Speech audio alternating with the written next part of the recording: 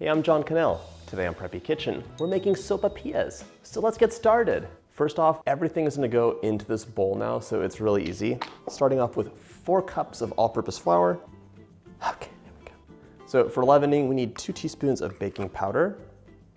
1, 2, half a teaspoon of salt. There you go. I almost never use vegetable shortening, but today I will be. This recipe kind of requires it, so we're gonna use 51 grams or a 1/4 cup of veggie shortening. The nice thing about sopapillas is you can make these so easily and they're very versatile. You're gonna see how we decorate these or flavor them later on. That's perfect. I'm gonna add 1 teaspoon of my bee's honey. This is gonna give it a little touch of sweetness. It's so exciting that the bees were eating our plants and just being really happy their first year here. So I've been reading about honey, just FYI, and this is actually on the lighter scale, which is a more delicate flavor. Depending on what the bees are foraging for, tulips, for example, have a darker pollen, so it makes a darker honey. Or borage, for example, makes really dark honey. So it can go all the way from even lighter than this to what looks like black honey. It's so cool. I always thought it was just amber, but it's not. So I think that sopapillas get a totally bad rap, in part because you're having probably stale or slightly old sopapillas, and these are fried. They're best fresh out of the fryer. They're soft and a little bit chewy on the inside with a crisp edge, and then the cinnamon sugar and the honey. It comes together in this really nice way. It's like a donut, but it doesn't make you feel sick afterwards. All right, now we're gonna add our warm water, 1.5 cups, and stir this together. So stir, stir, stir, stir, stir. So the warm water is gonna melt the vegetable shortening and help it incorporate. There we go. This dough is gonna look a little bit weird. You're oh, are you sure, John? I'm sure. But it needs time to rest. So we're gonna mix it until everything's incorporated. The main thing you wanna distribute is the baking powder, the honey, the veggie shortening, basically everything has to get mixed up together. And when you don't see any streaks of shortening anymore, we're gonna set this aside. Okay.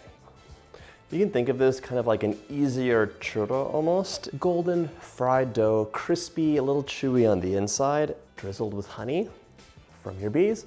Or we're gonna dip them in cinnamon sugar too, or both. I might wanna pull Brian in and see what he likes best. Okay, everything is all mixed together right now. This gets covered and set aside to rest because we want the dough to relax. We activated a lot of the protein or gluten in it. And if you've ever made cannoli or anything else where you worked with the dough a lot, what happens is that it wants to shrink back, but we wanna roll it out into a 1/4 inch layer. So just grab a bonnet. These are all tiny bonnets. There we go. And then this gets covered. We're gonna let it rest for 20 minutes to relax so we can roll it out. In the meantime, you can do your 1 dish that you dirtied. Okay, so towards the end of your chill time, you're gonna grab a Dutch oven for frying. All right, I want 1.5 inches of oil about to fry this in, so you can go ahead and guesstimate that or break a ruler out, up to you. Gonna set this over medium heat. This should be 375 when we start. Because if the oil's too hot, it'll be burnt on the outside and raw on the inside. And if it's too cold, it's gonna seep in and make everything kind of like that. I'm gonna lightly flour the surface of my pastry mat. This, by the way, feels really nice and soft now. It's just really relaxed. It's ready to roll. Get it out of that bowl. All right, little flour on your rolling pin. I'm gonna roll this into a 12 by 18 inch rectangle. And this should be a 1/4 inch thick, so fairly thin. All right, 3 inches. Let's take a look. They don't have to be perfect squares. It's not that kind of dessert. So let's just run this roller across, or look how easy that is. Thanks, pizza cutter. These are ready to go into the oil now. If you want, you could put them on a bench scraper to plop them in because you don't want to splash the oil and you also don't want to stretch them out to distort them too much. I'm going to plop these 2 in right now, carefully. Okay, good. This is a spider. It's the most amazing thing ever for getting anything out of frying oil, and fry them up in batches of 4 to 5. They only fry for 1 to 2 minutes per side. I'm flipping these over.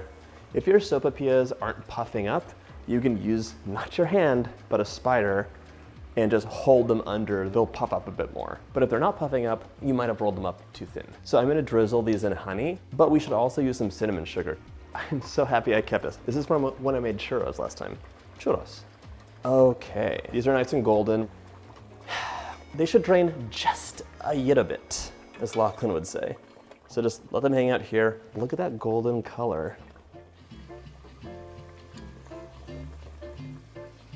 Grab one of your hot sopapillas, roll it in that cinnamon sugar, and the little bit of remaining oil on there will give them a beautiful coating, so they're nice and cinnamon sugared up. And then if you want to go crazy, you could pour a little, like drizzle a little bit of honey on there. And you can let me know in the comments if you like honey or if you're like not a honey person. It really depends for me because sometimes, like I love a spun honey or raw honey, but some of them are like, I don't like the flavor. Honeys taste different. Okay. I have some of the cinnamon sugar and some of the plain ones and some of our fresh honey. I'm so excited for this. I'm gonna drizzle some of this amazing honey all over him and then ask Brian which one he likes best. So, hi. Hey, take a bite of that. That's just plain with honey on it. Okay, that's plain. Crispy on the outside, but really like soft on the inside. Kind of like a beignet, right?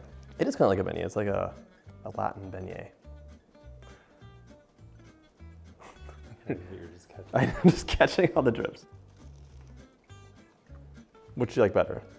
I mean, It's the cinnamon sugar, right? yeah, of course. It's so good. The honey makes a big difference too. It's so good. Our cute little bees made it. Oh. And then we stole it from them. Shared. They were like buzzing around the honey afterwards. I kind of felt bad. Well, they're like, it's ours. Yeah. If you like this recipe, check out my Latin playlist. This is the end. Bye. I'll see you in the next video after I wash my hands. Mmm.